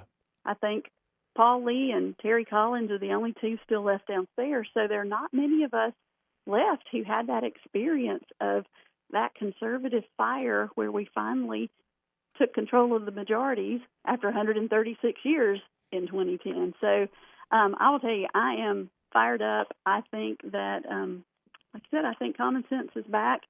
From a Senate standpoint, we have a new pro tem. Yeah. And, I think a lot of that yesterday with the great calendar and the conservative fire was absolutely due to Garland Gudger. And I'm excited, and I think he's going to be the kind of pro tem that keeps us on the right path and keeps us fighting for conservative values. Well, I am. Listen, I can't tell you how good it is to hear that because, but I agree with you, and I am glad to hear that the fire that you and I were a part of in 2010, which we carried through for several. I mean, when I left the Senate, I had a reporter ask me, "Why'd you leave?" I said, "Because everything I ran on in 2010 has happened," and but I've not been seeing that level of agenda, that level of fight. But to hear you say that, having been in the fights that we were in back in 2010, is pretty refreshing. Listen, we got to leave it there. But right. State Senator April Weaver from District 14, thanks for what you do. Thanks for the bill you just passed. I know you got more legislation. We'll have you back on again sometime soon, all right? Hey, I would love that. Thanks for having me, Phil. Have a good weekend. All right, see you, April. Bye-bye. Yeah, that's good stuff, man. I tell you what, I can't tell you how good that – go ahead and take it to a break, JP, but I can't tell you how good that does my soul to hear somebody who was in the mix in 2010 when I came in too say, I feel like the fire is being restored. Y'all, I'm ready to charge the gates. Phil Williams, Rightside Radio. Y'all stay tuned. We'll be right back.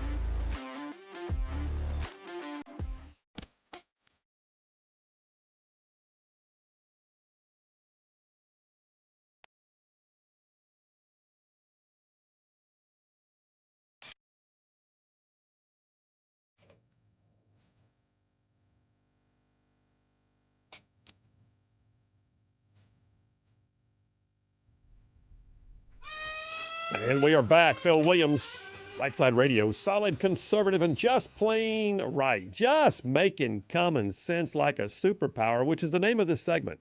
I entitled this dipper, Common Sense is Common Again. It's like we're suddenly allowed to talk about this stuff.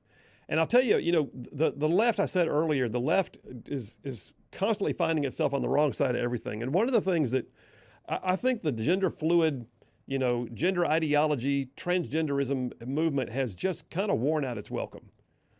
I get it that there are people who have predilections and things that they're going to do in their own time. And I, as much as I hurt for them and I wish they wouldn't, I can see that is going to happen. But what's happened, the twist we've got is when it began to be forced down everybody else's throat. And we were compelled to have to participate with them. And that's like it's not common sense. When they begin to thrust it down onto children and have children who are minors who can't even get a driver's license suddenly have their lives altered forever. Well, how much time do I have, JP? Do I have enough time for this? I'm not sure if I have time for this. Got about 2 minutes. This is going to be tight. But I got to tell you, J.K. Rowling, the author of all the Harry Potter books, she has been a warrior on this stuff. It's amazing how much heat she took, and she just kept on taking it. She wrote something on X that I thought was so profound that I want to read the whole thing, and I hope I have time for it. But it's pretty lengthy, so y'all bear with me. But I'm going to read this, all credit to J.K. Rowling. All right, you ready? She says, this "why do you care about a tiny fraction of the population" line is always and always was utterly ridiculous. It says gender ideology has undermined freedom of speech, scientific truth, gay rights, and women's and girls' safety, privacy, and dignity.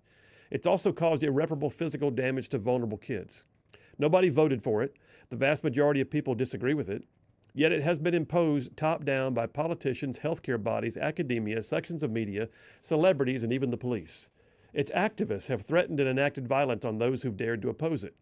People have been defamed and discriminated against for daring to question it. Jobs have been lost, lives have been ruined, all for the crime of knowing that sex is real and it actually matters. When the smoke clears, it will only be too evident that this was never about a so-called vulnerable minority, notwithstanding the fact that some very vulnerable people have been harmed. The power dynamics underpinning our society have been reinforced, not dismantled. The loudest voices in the entire fiasco have been people insulated from the consequences by their wealth and status. They're not likely to find themselves locked in a prison with a 6'4" rapist who decided his name is now Dolores. They don't know what state-funded rape crisis centers look like, nor do they ever frequent the high street changing rooms. They simper on their talk show sofas about nasty far-right bigots who don't want penises swinging around in the girls' showers, secure in the knowledge that their private pool remains a safe place as it always was. I'm telling you, she goes on. She says those who benefited most from gender ideology are men, trans-identified or not. Some have been rewarded for cross-dressing their kink by accessing spaces previously reserved for women. Others have parlayed their delicious new victim status into an excuse to threaten, assault, and harass women. And she goes on to talk about all the non-trans-identified lefty bros who found a magnificent platform from which to display their impeccably progressive credentials. But then she goes on to say, false equivalents and circular arguments from your X feeds.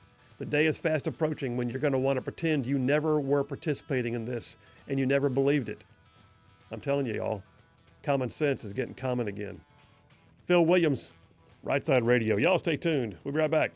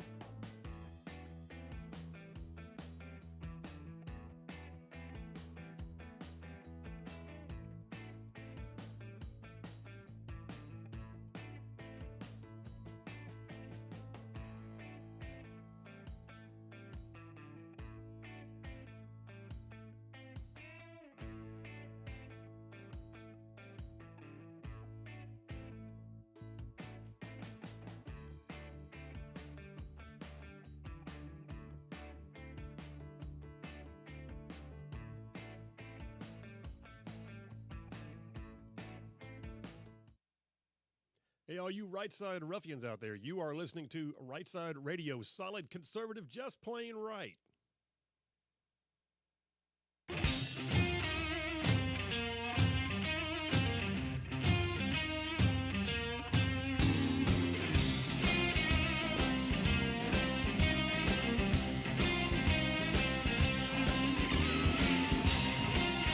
And we are back. Phil Williams, Rightside Radio. Solid conservative, just plain right. Covering down on some major ground across the southern U.S. of A. Y'all, I'm talking about this show goes from Huntsville back over to Chattanooga. I'm talking about from Tuscaloosa back over to Gadsden. I'm talking about down yonder in the prettiest little town on the plains called Auburn. Yes, and even big old patches of Georgia and Mississippi thrown in just for good measure. All right, listen, we got a lot of stuff going on here at Rightside Media. So if you're not familiar, Rightside Media is the parent company of Rightside Radio. Rightside Media is got a whole bunch of stuff going on. So Rightside Radio is only one of our productions. You guys that are our audience, all you Rightside ruffians, you might want to know what else we got going. So if you're not familiar, we got multiple podcasts. 3 new editions of the podcast came out this week already. Actually, 4. 4 came out. Emily Jones, Moms for Liberty. She hosts one called The Controversial Mom. It came out on Sunday. I have one called The Right Philosophy. It came out on Wednesday. Jared Hudson, a former Navy SEAL, has a great one called The Liberty Minute that comes out on Thursday. And then Birdman has one called Right Click that came out today. So all these things are on our website. I want to encourage you guys to check it out. It's rightsidemedia.org. And then it's also on our YouTube page and others. In fact, the YouTube page, as a matter of fact, has a ton of other stuff, all the shorts and the other videos that JP helps put together because he's our production manager. So check it all out. It's worth it. Man, we got so much going on here. It's makes my head swim sometimes. Had a staff meeting today, and we spent an hour just getting through all the little details that make Rightside Media so cool. But I'm just stoked to be a part of it. And I will say this: next week, the Rightside store is live with brand new merchandise. My podcast this week is called Bulletproof Influence. One of our new merch items that we're about to have in the Rightside store is a highball glass that has an embedded bullet in the side of the glass, and it says Rightside Media Bulletproof Influence engraved in the glass. And I think it's one of the coolest things I've ever seen. So you might want to check that out. But we are doing this. Those of you that get our Rightside Report, the daily email news blast that we send out, it has all our stuff in it. They are going to get first dibs at things that are in the Rightside store, the merch store, when it goes live next week. So that'll be happening early next week. If you want to get in the newsletter real quick, you sure can. All you got to do is go to our text line, 833-687-4448. Just text the single word newsletter. You'll get an automatic invitation. A lot of you are already, we have thousands already involved with the newsletter. But if you're not, get on it, because next week the merch store goes live and merch goes first to people with the Rightside Report newsletter. All right, that's enough of our stuff. Let me go to the phones because I see he's on there. Jeff Rowe from Indiana. Hey, brother, how you doing? I'm almost Kentucky, bud. I'm doing great today. Wow. You must have gotten that sky crane to lift you up and carry you half the way. I wouldn't even need one today. Things are flowing fine on Friday for a change. It's a miracle. Wow. What do you think about all this stuff, man? By the way, did you hear me reading J.K. Rowling's thing about gender ideology and how it's actually been devastating so much? Yeah. I mean, it's she's horrible, isn't she? I mean, my gosh, somebody needs to shut that woman up. Well, that's what. Don't need to get no truth out there. My gosh. Yeah, you can tell she makes a living writing too, because that's probably one of the most well-written defenses of common sense that I've ever seen. It's Russian disinformation, I'm afraid. Well. Is that what the Democrats are saying about it? Probably. But Maxine Waters. Oh, Lord Jesus. Okay, what you got? I would have given anything if that guard would have looked at them and said, "Are you here for the insurrection?" Interfering with a government action. That's what it is. There you go. Exactly. How in the world does she stay? If she was a Republican, they'd have put her in prison and thrown away the key.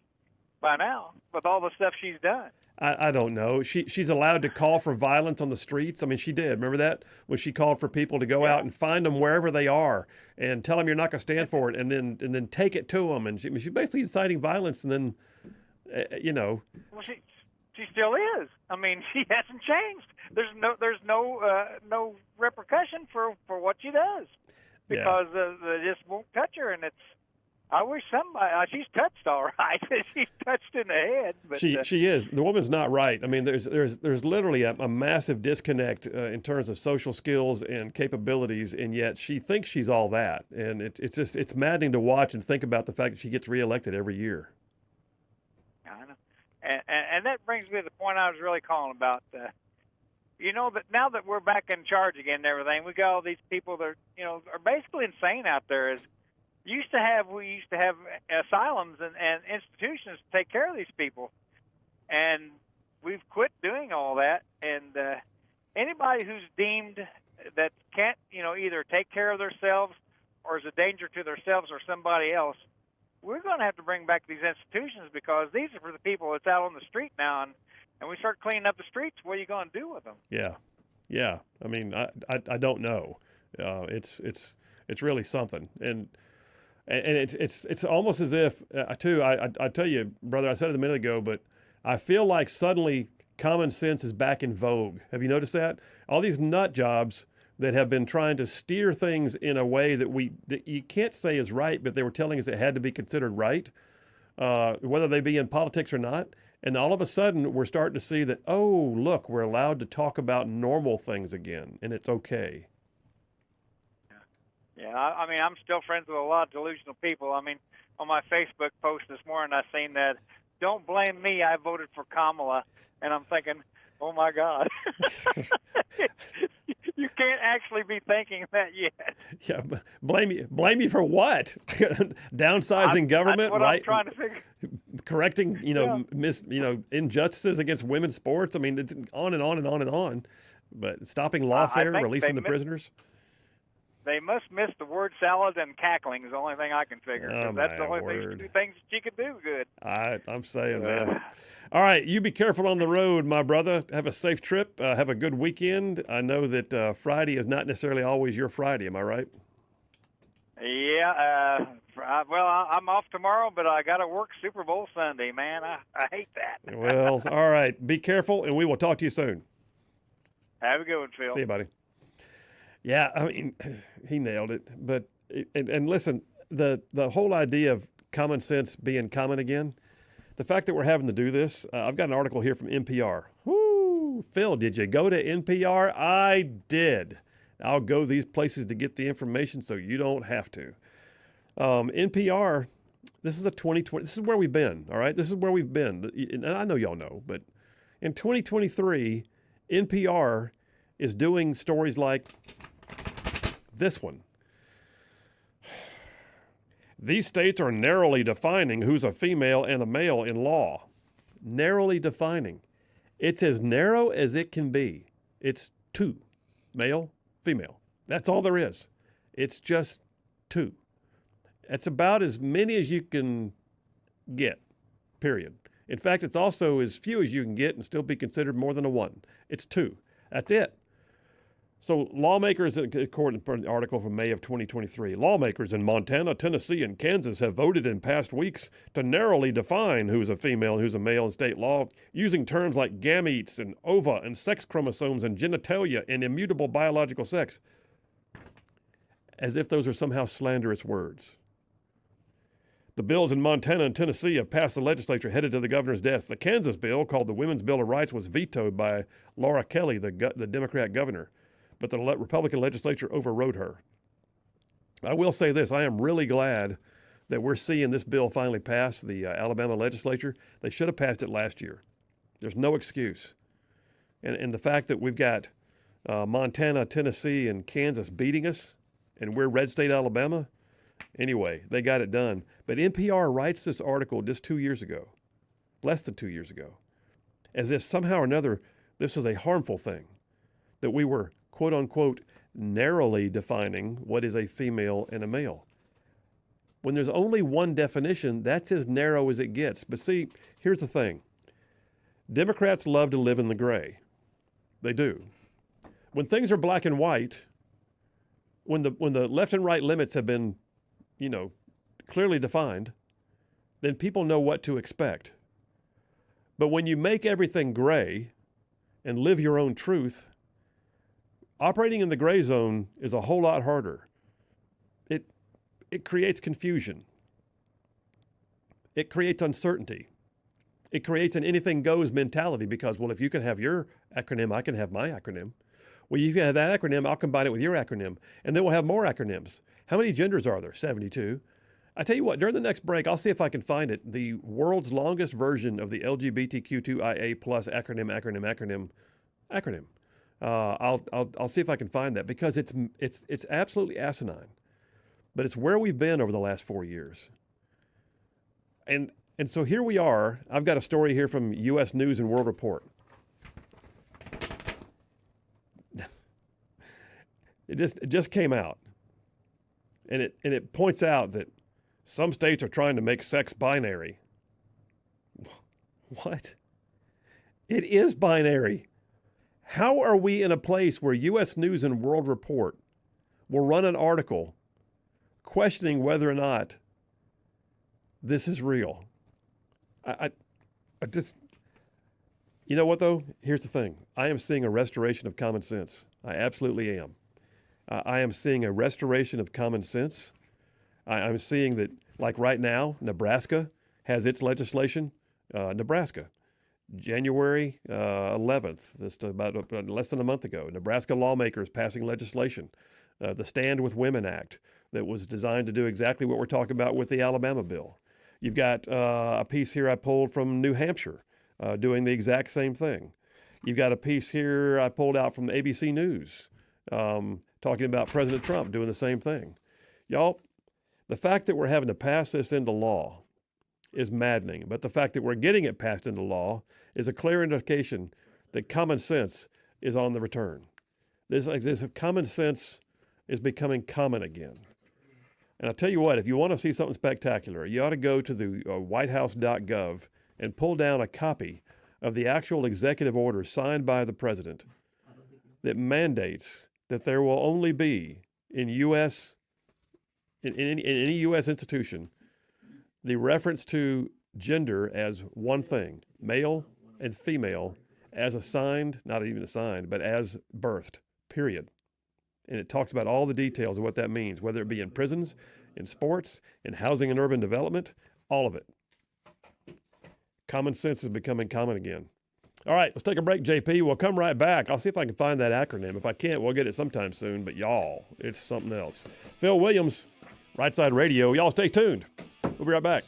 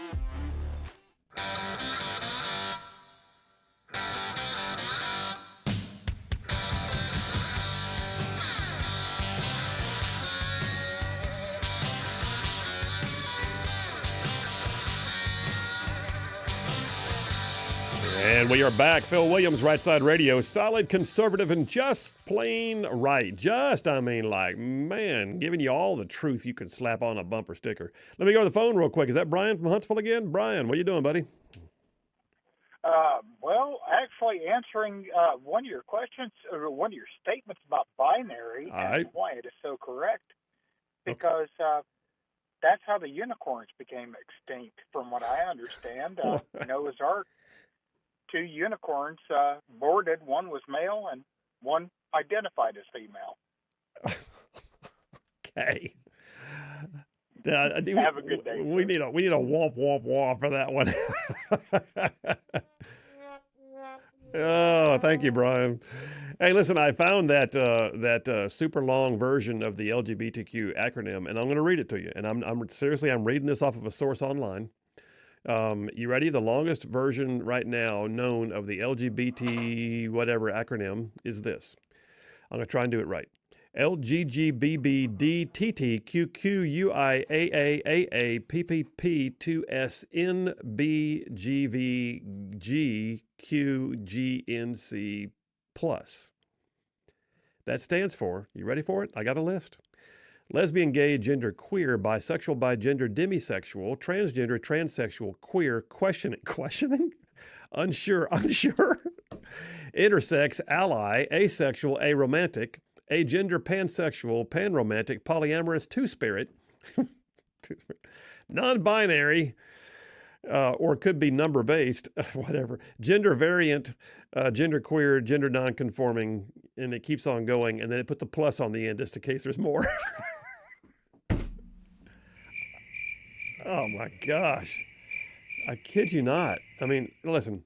I love the plus at the end. It's like, well, there could be more. It's just in case. Yeah. Because, nothing wrong with that.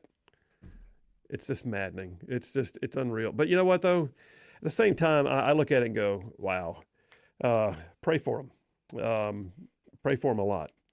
And let's pray that this common sense that's restored actually creates sort of, I'd call it like a seeing things clearly. You know what I'm saying? Let it be the year of seeing things clearly. Like when the scales are dropped from people's eyes, like when the fog is lifted, when people look at things and go, oh, wow, why have I been thinking that way? I am praying for clarity of vision and clarity of purpose this year. And I would extend that to those who have been locked into this gender ideology trap. It's really like a cult. It's amazing. Hey, John from Huntsville got the grades in. He says Jeff from Indiana gets an A+ for his fantastic phone call. Phil gets an A+ for his awesome performance. Means today's winner is obviously the magnificent JP. Oh, the magnificent JP. With an A++ for his outstanding on sports segment. Congratulations. I'll be texting you off the bench tomorrow morning. See you there. All right, sweet. Pete from Decatur says, we have got to quit using the word gender and sex interchangeably. Gender is a made-up term to account for whatever someone wants to say they are. Sex is a scientific or biological term and is a term we should be using to describe a man or a woman. In other words, there are 2 sexes. Okay, Pete, I think gender is a real word. It's just that gender is not fluid. How about that? Ron from Huntsville says, quick question. Why can't some of the Trump common sense executive orders be codified? Well, they can be. And there are things happening right now. In fact, Alabama's Tommy Tuberville has a Save Women Sports Act that takes what Trump did in his executive order and codifies it into legislation. And there's quite a few things like that right now. I really do believe that we're going to see some of these things get codified. And that's important. You're right. Mike from Coxie, Alabama says, we always wondered why the mainstream media was so obsessed with supporting the Democrats and the left. Musk and Doge has now shown us that they were getting paid pretty well for their allegiance. Yes. And I think it's, by the way, I think it's the scandal of the century. I think it's a story that's still unfolding. And I think it's going to be something that's really telling when we start getting down to brass tacks and we can see not just the groups, but the actual personals' names attached to some of those checks. By the way, yeah, I haven't seen a single Republican thing funded by USAID. Funny how that works. I see a common theme in what they've been funding. It's all been progressive agenda items, the wish list. And we even found out today that it appears that BLM got funded by USAID while they were burning down city blocks. It's not shocking at all. And I think the impeachment one, the connection to that might be one of the bigger scandals of our generation. It's massive. Yeah. We got a brand new texter, Paul from Athens, Alabama, and then Mike from Coxie says, Colonel, you read 2 of my texts today. I feel validated. That makes 3. Get a couple more in. Gary from Decatur says, never mess with a Navy corpsman. Your shot record can be lost suddenly. Oh, yeah, and then you got to start over again. That's bad. I saw we have a brand new texter in the line who signed up for the newsletter. Appreciate you. Tell us who you are or where you're from. We'll get you in the system so you can text in anytime. I got some down here I didn't get earlier. Oh, my gosh, I must have missed a bunch. Look at all these. Dana from Athens says, most current Democrats in Congress have already procreated because they're older than dirt. That is true. It's also somewhat unfortunate, but we'll hope that the next generation picks it up and runs with it a little better. Randy from Madison says, so the Tesla folks are putting anti-Elon stickers on their cars now. It's poetic justice. All right, you guys, have an amazing weekend. I hope you do. We look forward to seeing you on Monday. Do not forget, you guys, there are more of us than there are of them. God is still very much on his throne. Y'all stay in the fight. We'll see you Monday.